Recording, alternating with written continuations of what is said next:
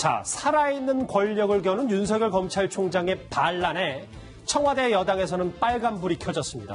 특히 민주당의 분노는 노무현 전 대통령의 서거를 언급할 만큼 거셌습니다. 조용하던 청와대 역시 목소리를 내기 시작했는데요. 이틀 전까지만 해도 그렇지 않았는데 말입니다. 저희들은 내일 특별한 입장 없죠. 낼 수도 없고. 저희들은 특별한 입장 없습니다, 현재는. 특별한 입장이 없었다고 했던 청와대가 대통령 권한인 법무부 장관 인사에 개입하겠다는 것이라는 보도가 나왔습니다. 이 항명으로 보는 겁니까? 항명으로 보는 것 같긴 한데 저거는 사실은 원칙이 어긋나는 말이죠. 청와대 관계자의 얘기는. 그렇지 않습니까? 그러면 대통령 권한의 법무부 장관 임명이면 그냥 대통령 임명하면 되는 겁니다. 그죠? 그리고 법무부 장관은 대통령이 아니기 때문에 형사소추를 받지 않은 특권이 있는 것도 아니고 현직 국회의원이 아니기 때문에 회계 중 체포되지 않는 불체포 특권도 없어요. 그렇죠? 면책 특권도 당연히 없는 것이고요. 그럼 대통령은 대통령 권한대로 그냥 임명하면 되고 윤석열 총장은 그냥 검찰의 권한대로 그게 법무부 장관이든 국무총리든 경제부총리든 혐의가 있으면 수사하면 되는 겁니다. 그러니까 본인의 권한을 그냥 행사하면 되는 거 아니겠습니까? 그런데 검찰이 인사청문회 앞두고 저거를 대통령 수사를 하는 건 법무부 장관 인사권에 실질적으로 개입하는 거다라는 그 얘기는 그러면 대통령이 임명하고 나면은 그럼 수사도 할 수 있나요? 그것도 매 마찬가지 아니겠어요? 그러니 입으로는 검찰의 정치적 중립, 살아있는 권력에도 칼을 들이대는 그런 검찰이 되라라고 말은 하지만 실질적으로 살아있는 권력에 칼을 들이대니 그거에 대한 강한 반감이 나타나는 것 아니겠습니까? 그러면 저 청와대 관계자에게 정말 묻고 싶은 건 저게 정말 본인의 공식 입장이라면 그렇게 비판했던 전 정부, 소위 현 정부가 말하는 적폐 정부가 뭐가 다르다라는 거죠? 자, 민주당 역시 마찬가지입니다. 청와대 함께요. 한 달 전까지만 해도 검찰의 적임자라던 윤석열 검찰총장을 향해서 날을 세우기 시작했습니다. 목소리 들어보시죠.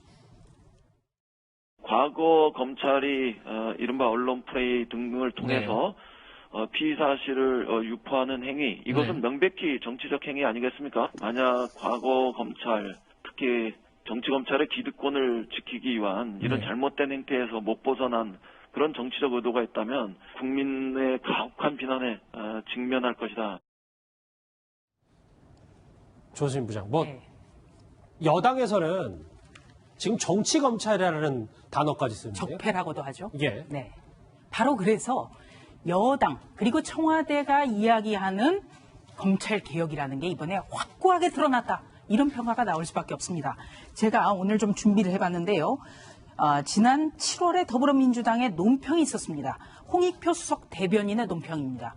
어제 홍익표 수석 대변인은 윤석열 검찰총장에게 적폐라는 표현을 썼죠. 예. 그렇다면 한 달 전에는 어떻게 평가했을까요? 이렇게 이야기를 했습니다. 윤석열 검찰총장 지명자는 우리 사회에 남은 적폐청산과 국정농단 수사를 마무리하고 미래지향적인 새로운 검찰개혁을 이끌어갈 적임자라고 판단된다. 자, 새로운 검찰개혁을 이끌어 나갈 적임자가 적폐가 됐어요. 그 얘기는 뭐겠습니까? 그동안 변한 게 뭐가 있죠?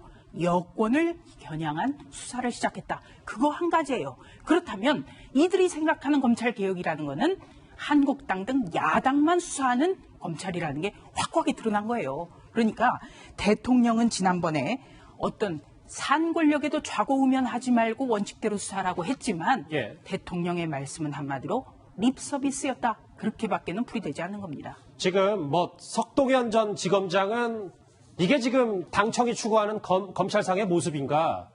라면서 지금 오직 상대 진영 사람들만 혼내고 잡아넣는 그런 검찰인가라고 따끔하게 쓴소리를 했습니다. 이재명 차장. 지금 사실 돌이켜보면 노무현 정부 시절 당시 정부와 검찰 악연으로 거슬러 올라가지 않을 수 없습니다. 그렇죠. 지금 화면에 보시는 것처럼 문재인 대통령이 스스로 검찰 생각한다는 책을 쓰면서 그러면서까지 검찰개혁에 강한 의지를 드러냈죠. 결국은 노무현 정부, 참여정부가 처음으로 검찰개혁을 시도했었는데 결국 검찰의 강한 반발 속에서 오히려 좌절됐고 나중에 결과적으로 노 대통령의 비극으로까지 이어졌다. 이것이 지금 문재인 대통령의 시각인 거고 현 여권 주류들의 시각인 거죠. 그런 상황에서 지금 다시 한번 윤석열 총장이 지금 살아있는 권력에 칼을 댔고 그리고 그것이 노무현 정부 때 검찰개혁을 좌절시키기 위해서 검찰들이 현 정부를 겨냥한 것처럼 이번에도 결국은 검찰개혁에 맞서기 위해서 한 거 아니냐 이런 게 지금 현 정부의 시각인 것 같습니다. 그런데 방금 전에 석도경 전 검사장 얘기도 있었지만 참 궁색해 보이죠. 그러니까 뭐 여러 차례 얘기했지만 문재인 대통령 스스로가 윤석열 검찰총장한테 주문했던 게 살아있는 권력에게도 칼을 대라는 거였고 그러면서 또 윤석열 검사장이 여러 차례 윤석열 총장이 난 사람에 충성하지 않는다 그럴 때마다 현 정부가 박수를 쳤던 거죠. 그런 점에서 지금 어떻게 보면 거꾸로 돌아온 자신들에게 칼이 돌아오자 정말 궁색하게 지금 반격에 나선 게 아닌가 이런 생각이 듭니다. 당시 노무현 정부 시절로 좀 더 들어가 볼게요. 조수진 부장. 네. 당시에도 이 검찰과의 갈등이 제일 있었던 게 당시 노무현 전 대통령의 검사와의 대화. 검사와의 대화 그리고 안희정 전 지사의 수사 때문에 이제 본격적으로 좀 불거진 거 아니겠습니까? 네. 제가 바로 저 불법 대선 자금 수사 때 대검찰청에 출입을 했었습니다. 예. 이 대선 자금 수사가 2003년 8월부터 2004년 5월까지 진행이 됐는데요. 이 대선 자금 수사가 처음에는 한나라당의 이른바 차떼기 수사에 집중하는 듯했어요. 그러다가 갑자기 2003년 가을쯤에 나라종금 사건이 터집니다. 그런데 뚜껑을 열어보니까 안희정이라는 노무현 대통령의 386 최측근이 연루가 됐어요. 구속영장이 3번이 기각이 됐습니다. 네. 그럼에도 불구하고 검찰에서 다시 한번 영장을 청구해서 구속을 시킵니다. 이 나라종금 사건, 이것은 안희정 씨가 감옥을 갔지만 실질적으로 돈 문제는 노무현 대통령과 직접적으로 연결이 돼 있었기 때문에 네. 당시에 노무현 정부가 받았던 충격이라는 건 엄청났었어요. 그런데 바로 이 대선 자금 수사로 인해서 당시에 국민들은요, 송광수 검찰총장을 송장, 안대희 대검 중수부장을 안짱이라고 하면서 대검에 보약을 갖다 줬어요. 네. 저희 출입하는 기자들도 그 길을 막 받고 아침부터 밤까지 일하는데도 정말 에너지가 그때 솟구쳤었거든요. 바로 그것 때문에 노무현 정부가 꾀하던 이른바 검찰개혁의 실패로 돌아갔습니다. 그런데 중요한 건요, 검찰개혁은 반드시 해야 돼요. 그런데 검찰개혁의 요체는요, 검찰의 중립성입니다. 예. 바로 이 중립성을 정권이 어떻게 지켜주느냐, 검찰총장의 임명권자인 대통령이 어떻게 지켜주느냐에 따라서 검찰의 중립성은 판가름이 나거든요. 그런데 노무현 대통령은 처음에 그런 이야기를 했습니다만 대선 자금 수사, 그러니까 검찰로 인해서 정치개혁이 돼가는 걸 보면서 검찰을 용인을 했어요. 그대로 뒀었습니다. 그런데 문재인 대통령이 다시 한번 지금 검찰개혁을 이야기를 하죠. 그런데 검찰개혁의 요체는 중요한 것은 검찰의 중립성이거든요. 그런데 여당을 향했다고 해서 갑자기 똑같은 윤석열, 동명이인이 아닌데 그 윤석열을 적폐라고 몰아붙이는 지금 여당 청와대의 시각, 정말 우려스럽습니다. 화면을 마지막으로 보실게요, 이 주제. 문재인 대통령의 자서전에 이런 내용이 있습니다.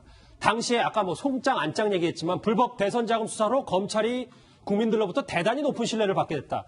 그런 상황에서 우리가 중수부 폐지를 추진하게 된다면 마치 대선 자금 수사에 대한 보복 같은 인상을 줄 소지가 컸다. 자, 시계가 다시 10여 년 후로 왔어요, 배정철 선생님.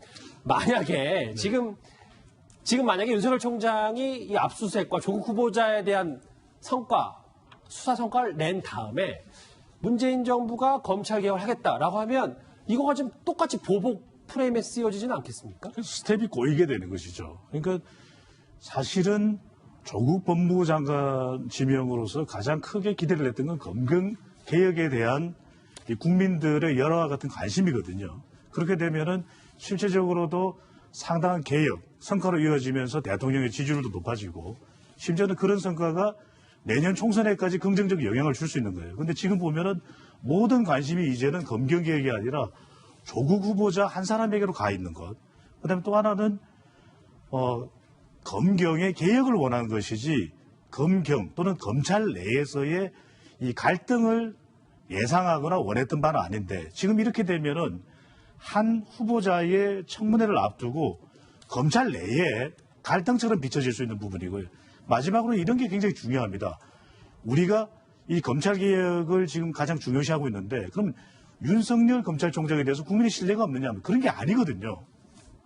지명이 되고 또 최종적으로 검찰총장이 그 되는 과정에서 오히려 윤석열 검찰총장을 가리켜서 갓석열이라고 그랬어요. 이강인 선수보다도 오히려 더 많은 관심을 끌 정도로. 예. 그래서 윤석열 총장에 대해서 그렇게 관심이 많았는데 그러면 그렇게 국민들이 신뢰하는 이 검찰총장에 대해서 다시 검찰총장을 향한 개혁을 하겠다? 이렇게 될 때 국민들이 과연 어떤 생각을 할지 스텝이 꼬이는 것이죠. 정부와 청와대와 검찰의 지금 불편한 동거가 시작이 된 것 같습니다.